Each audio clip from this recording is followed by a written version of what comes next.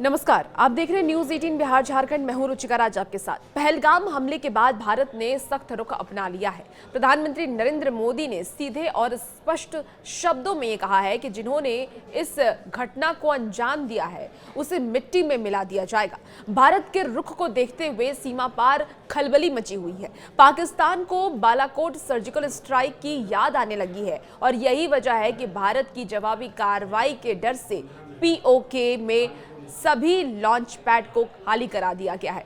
सूत्रों का यह भी कहना है कि बहावलपुर में स्थित आतंकी संगठन जैश-ए-मोहम्मद के हेडक्वार्टर को भी खाली करा दिया गया है। जैश-ए मुख्यालय की कई इमारतों में सन्नाटा पसरा हुआ है। पीओके के साथ ही कई जगहों पर इसका असर भी देखा जा रहा है। आपको ये भी बता दें कि पहलगाम की बहसरन घाटी में आतंकवादियों ने 26 पर्यटकों की निर्मम तरीके से हत्या कर दी थी। आतंकवादियों की इस करतूत से भारत के साथ ही पूरी दुनिया स्तब्ध रह गई। इंडियन आर्मी ने घाटी के इलाके में इंटेंस सर्च ऑपरेशन शुरू कर दिया है और कुछ जगहों पर सुरक्षा बलों और आतंकवादियों के बीच एनकाउंटर भी हुए हैं।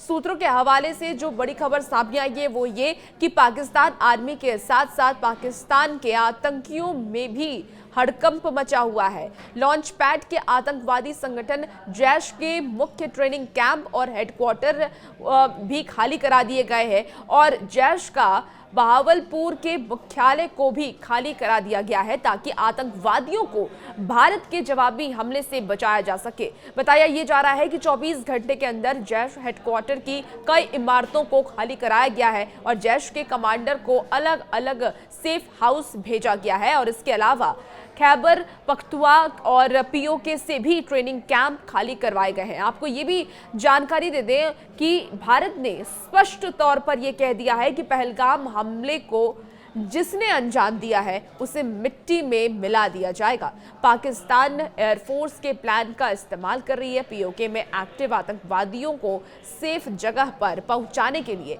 पाकिस्तानी एयरफोर्स के जेट का इस्तेमाल किया जा रहा है। दरअसल पहलगाम हमले के बाद पाकिस्तान को बालाकोट सर्जिकल स्ट्राइक की याद आने लगी है। आतंकियों को पनाह देने वाले इस्लामाबाद को यह भी पता है कि यदि भारत ने जवाबी कार्रवाई की तो आतंकवादियों को बचा पाना मुश्किल है और इससे पहले ही भारत स्ट्राइक करे पाकिस्तान आतंकवादियों को सेफ हाउस पहुंचाने में जुटा हुआ है। बेशर्मी की बात तो यह है कि इसके लिए पाकिस्तानी वायुसेना के विमानों का इस्तेमाल किया जा रहा है।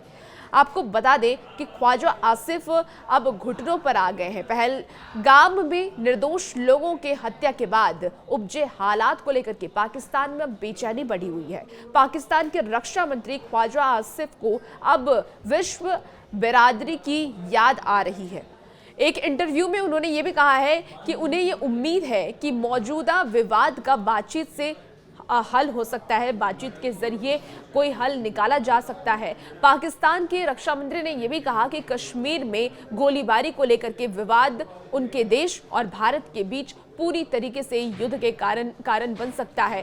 ख्वाजा आसिफ ने यह भी कहा है कि दुनिया को दोनों देशों के बीच पूर्ण पैमाने पर संघर्ष की संभावना के बारे में चिंतित होना चाहिए क्योंकि दोनों के पास परमाणु हथियार है। उन्होंने उम्मीद ये जताई है कि विवाद को बातचीत के जरिए सुलझाया जा सकता है। हालांकि ये निर्मम जो हत्याएं की गई हैं, निर्दोष लोगों की हत्याएं आतंकवादियों ने की है, अब इसके बाद पाकिस्तान अगर ये सोच रहा है कि इसे भी बातचीत के जरिए सुलझाया जा सके तो ये तो नामुमकिन है क्योंकि मोदी सरकार अब एक्शन मोड में नजर आ रही है और मोदी सरकार की तरफ से कई बड़े फैसले लिए भी जा चुके हैं और आने वाले वक्त में और भी कड़ा फैसला लिया जा सकता है क्योंकि प्रधानमंत्री नरेंद्र मोदी ने बिहार की धरती से कहा था, ललकारा था कि आतंकवादी जितना सोच सकते हैं उससे भी ज्यादा कड़ी कार्रवाई उनके ऊपर की जाएगी।